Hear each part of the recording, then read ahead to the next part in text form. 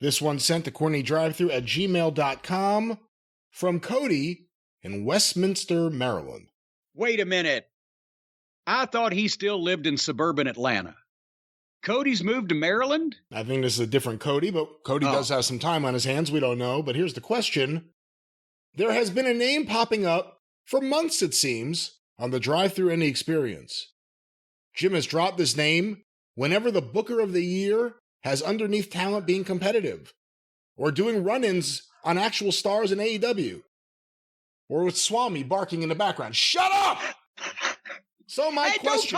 Don't talk to your son like that. I'm yelling through several doors. The yell is a necessary component. You ought to open the goddamn doors. You wouldn't have to yell through them. Let me go back to this question. So my question is, what is Jim's problem with Taka Michinoku?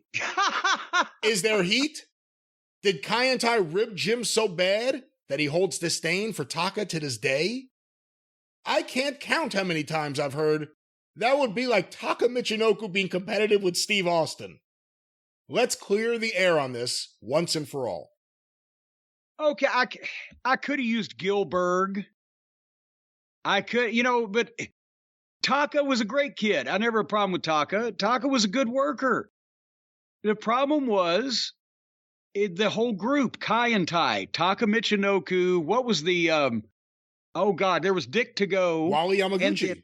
Wally Yamaguchi was the manager, but he just made a few appearances. Wally Yamaguchi, for those that don't know, was a longtime photographer for Gong magazine and the magazines in Japan, and also worked as a liaison with talent for the Japanese offices, because he spoke fluent English and lived in Dallas for most of the year. But he was a fixture on the Japanese wrestling scene and the press, and they got him to be the manager. That was who Wally-san was. But what was the other guy? Sho Funaki. The point is, they were a group of guys that could wrestle, but they couldn't do promos, and Shitstain made a comedy figure out of one or more of them at various points. Remember Choppy Your PP or whatever the fuck? And that was old Bob Clark.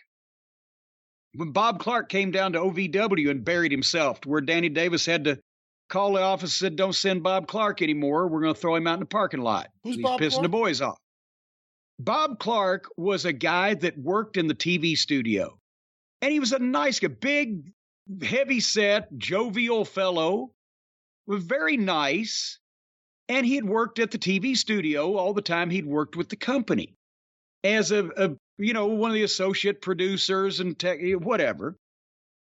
But they moved him into talent relations around the time that I moved back down to Louisville to start working with OVW here. And as a matter of fact, Bob Clark had driven me to Madison Square Garden several times because he always had to go to the Garden because of his TV job commitments. And the Garden fans and the whole Garden setup, I hated to go to Madison Square Garden, even for a Madison Square Garden payoff. I hated working that fucking building because you had to drive into New York City. There was no place for the boys to park. They wouldn't even let the boys park inside the building. Like every other major arena in the world, you had to park across the street in one of those garages and pay, and this was 25 years ago, $30 to park, plus you had to tip the parking guy another $20 to not trap your car in so you could get out and beat the traffic if you weren't on last. Then you had to walk across the street through all the fans that would even harass the baby faces. And they would kick you and spit at you or yell at you or whatever. I fucking back elbowed a guy right in the fucking face on my way into the Garden one time, and then found out that it wasn't him, it was the guy behind him that had kicked me in the leg. So I felt bad for a few minutes, but no, if unless you just walked through and were just okay with they're going to beat and pound on me until I get through the door, you would hit them back. And the cops wouldn't do anything because the Madison Square Garden police wouldn't come out the door. The security that they hired was only in the building, and the New York City cops were on the sidewalk and the street, but they wouldn't come in the interim little area. But so you were on your own. And coming out, same thing. The strength of the union there. That's what that is. Well, and also coming out, remember I've told you the story. They had a busload of wrestlers that had done a charity exhibition in Madison Square Garden for children, underprivileged children, earlier that afternoon. And then they did the regular show, and all the guys are leaving in the bus, and the people surrounded the bus, broke the back window out, throwing shit, were screaming, and Lawler was dumping buckets of ice water on them from where they had ice, the ice water, the drinks in the bus. He was dumping, and they were melting like the Wicked Witch. And Vince's limo, Vince is pulling out. One night at the limo driver, he knows how to navigate this area, right? But he pulled out of the ramp and he was going to try to make a flying left turn, but traffic was coming. He got stuck and people started jumping and trying to tip over Vince's limo. And one guy got spread eagled on the hood and the limo driver took off down the street and fucking made the little left turn and slid that guy off the hood. He took the hood ornament off the limo with him. So anyway, fuck Madison Square Garden. I hated it. I used to ask not to be booked there. Didn't want to fucking go. But when I had to go, Bob Clark would take me because he drove an old beat up car. He's a fat nondescript civilian. And the people didn't know that I was in the back seat under a blanket. So he was able to drive into the building, let me out, and then drive out the other side and go and park. They would let, employees of the company pull in and fucking drop people off, but then you had to have somebody take the car back out. So that was Bob Clark. So point is, he was a nice guy. Then they transfer him to talent relations from the TV studio. Now he's got to deal with the boys. Now he's being told to do different shit than he's used to. And he was a civilian. He was never an athlete. He's never in a locker room. He's never in the wrestling business. But now he's in a position of somewhat authority over at least the trainee guys. And so they started sending him to OVW. And this is when we were in the old building in Jeffersonville, Indiana. So this was 2000, 2001.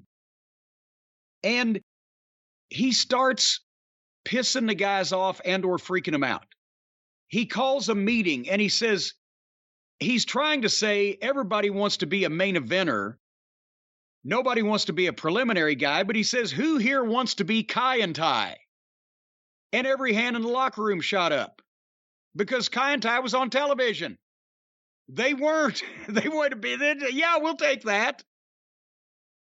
And then another time he decided to sit the guys down individually and give them advice on their matches.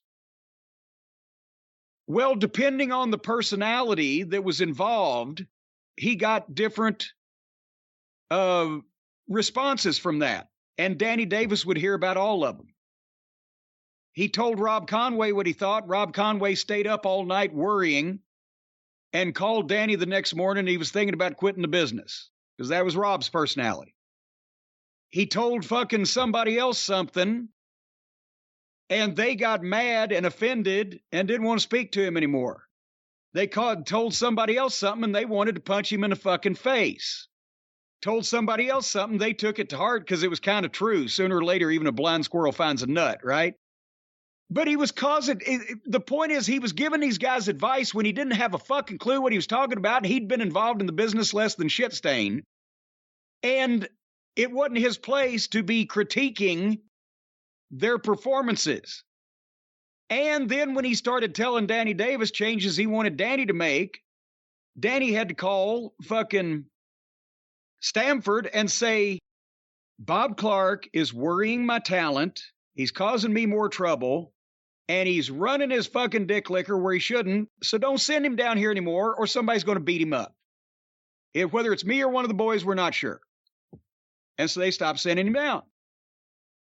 But that's the thing with Kai and Tai is I'm reminded of that story, but also it was an example of somebody who got TV time and was used in the glory days that everybody thinks was great years, the Attitude Era of the WWF, but still you didn't see him going 15 minutes with Steve Austin or The Undertaker. You didn't see mankind going out thinking, my job in life tonight is to make sure all the fans know that Taka is a good worker. Because that would have been ridiculous and nonsense, and it would have hurt the company and everybody involved. So it's nothing personal to Taka Michinoku. It's just personal to anybody that is stupid enough to put their main event talent in the ring in competitive situations with guys who the fans see and who have been presented as preliminary undercard talent.